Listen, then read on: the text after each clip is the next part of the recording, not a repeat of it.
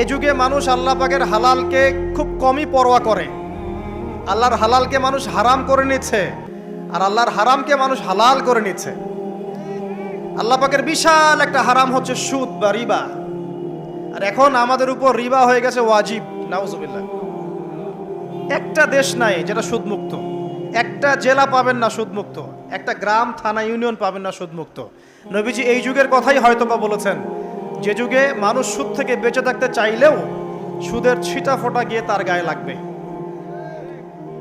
মনে করেন আপনি একটা কনস্ট্রাকশন করেছেন, একটা সুদি প্রতিষ্ঠান থেকে লোন নিয়েছেন, এখন আপনি ওই কনস্ট্রাকশনটা ভাড়া দিয়েছেন।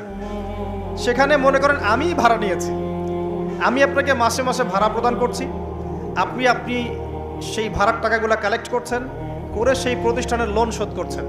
প্রত্যক্ষভাবে না হলেও আমি কিন্তু পরোক্ষভাবে সুদে হেল্প করছি।